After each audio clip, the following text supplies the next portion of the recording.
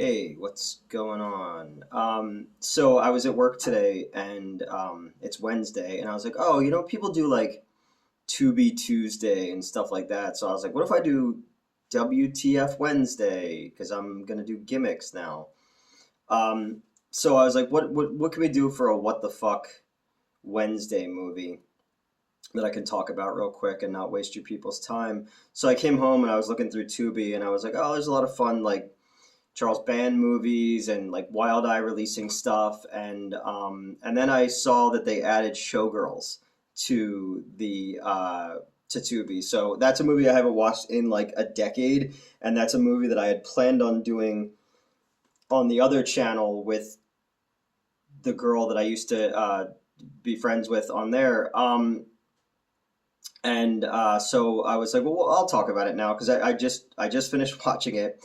I haven't seen this movie, like I said, in over a decade. I snuck into the theater to see it in 1997 at the Atco Multiplex. We were in seventh or eighth grade, and this dude Kevin that I used to be friends with, his parents dropped us off at the theater to see some PG-13 movie, and we snuck into Showgirls because it was NC-17, and that's the first time that I'd ever seen an NC-17 movie that was playing in like a local theater. So we snuck into that, and I don't think we really expected what we got out of it. It's directed by Paul Verhoeven, who did RoboCop and Starship Troopers. It's directed by Joe Esterhausen, Esterhausen, who did like Basic Instinct and whatnot. Rewatching it again, because for you, it's considered a bad movie. It's pure camp. It's the closest thing to a Hollywood exploitation movie since I don't know, Beyond the Valley of the Dolls, maybe. Like it's got this whole vibe to it that feels like it would have been a '60s or '70s exploitation movie.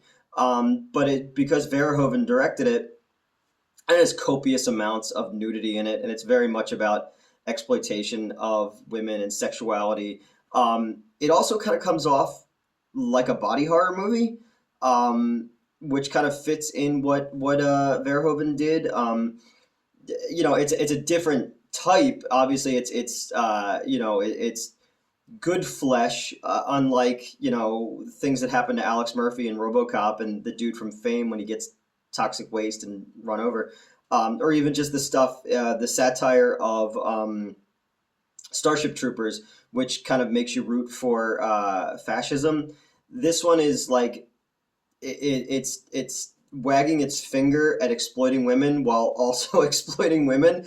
I watched the documentary "You Don't Know Me" last summer, which was about the making of the movie and all that. Because Nomi is the name of Jesse Spano's character, the woman from Elizabeth Berkley from Saved by the Bell. She was in it, and it kind of like ruined her career because everybody was like, she's terrible in it and all that. But like, everyone in this movie's emotions are dialed up to 13 the entire movie.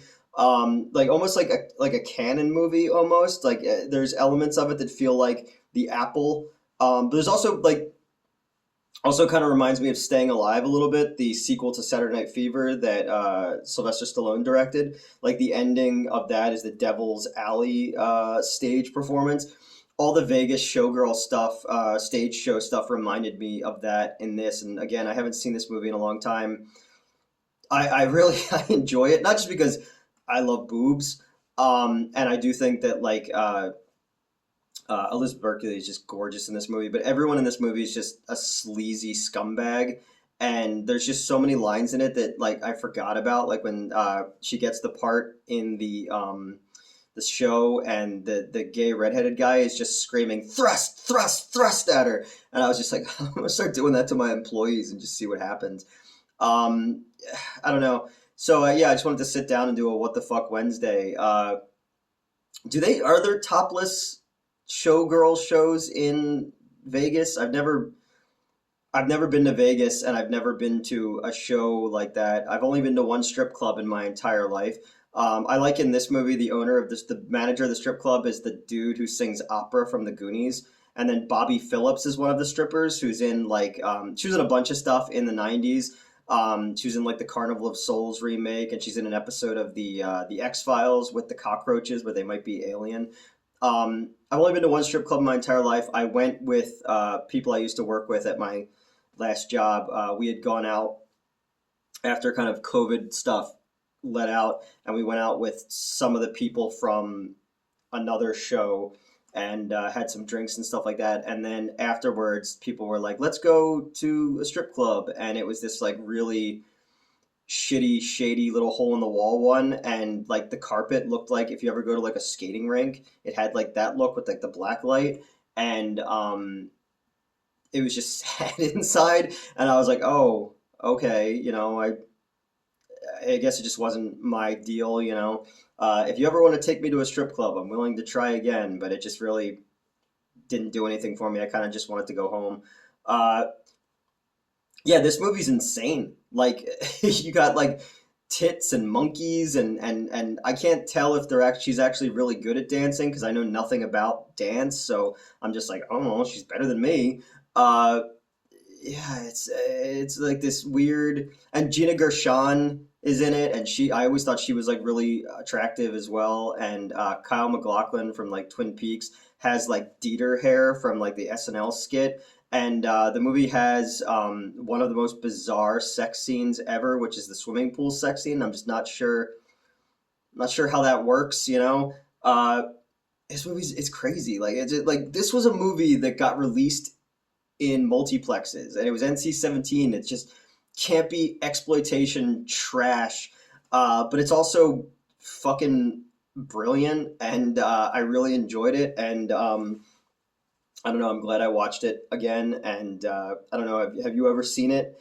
I know a lot of people are just like, oh, it's a bad movie or whatever, and it is. It really is. But if you look at it as camp, like if you look at it, as like a mommy dearest type of movie, or again, like a Beyond the Valley of the Dolls, and you look at what they were trying to do versus what they actually did, um, there's just so many, like, where are you from? A lot of places. Where are you from? Flip it, a lot of places. I'm just like, oh man, everybody's on like, I don't know, like ferrets on meth in this movie. So yeah, I just wanted to do a short kind of rambling Showgirls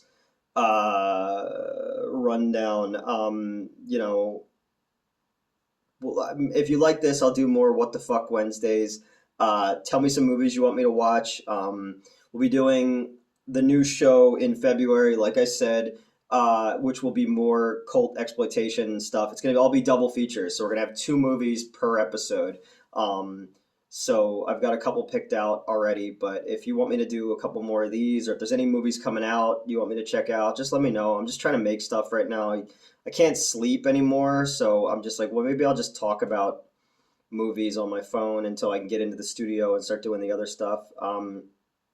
Yeah, Showgirls. Let me know what you thought. Let me know what the most bizarre sex scene you've ever seen in a movie is.